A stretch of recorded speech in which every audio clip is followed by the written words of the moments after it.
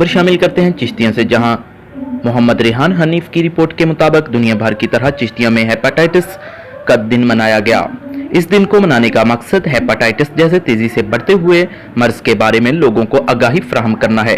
तहसील headquarter अस्पताल में medical superintendent doctor Anwar खल के ऑफिस में डॉक्टर्स और लेडी डॉक्टर्स समेत हेल्थ वर्कर्स ने शिरकत की। इस मौके पर डॉक्टर अनवर खल ने कहा कि हेपेटाइटिस एक खतरनाक मर्ज है। यह दरअसल जिगर में इन्फेक्शन के बायस होने वाली सोजिश और वर्म का नाम है। इस बीमारी से इंसानी जिगर मुतासिर होता है। पाकिस्तान समेत दुनिया भर में हेपेटाइटिस से बचाव का आलमी दिन को मनाने का मकसद आवाम को जिगर के मुहलिक अमराज से बचाव के बारे में शऊर आगाही फराहम करना है। आलमी अदारा सेहत के मुताबिक इस वक्त दुनिया भर में हेपेटाइटिस ए के 14 लाख, हेपेटाइटिस बी के 2 अरब और हेपेटाइटिस सी के 15 करोड़ से ज्यादा लोग शिकार हैं। हेपेटाइटिस से हर साल 10 लाख से ज्यादा लोग मौत का शिकार हो जाते हैं।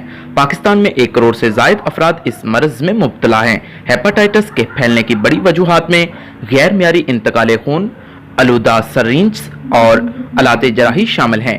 हेपेटाइटिस जानलेवा मर्ज है जो पाकिस्तान में तेजी से बढ़ रहा है, तहम एहतियात इससे महफूज रखती है। बरवक्त तशखीस और इलाज से इस बीमारी को शिकस्त देना भी मुमकिन है।